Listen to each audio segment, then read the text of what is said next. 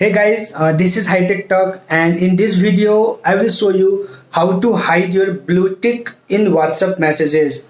So this video is maybe some of you already know about this, but this video is for them who don't know how to hide your blue tick in WhatsApp messages. So before we get started, don't forget to subscribe our YouTube channel. So first of all, we need to open our WhatsApp chat, and after that you will see on the top right three dot is here.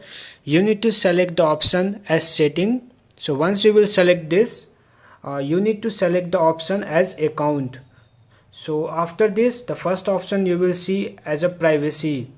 You need to select this option and scroll down, and at the last you will see read receipt. So you need to untick this one.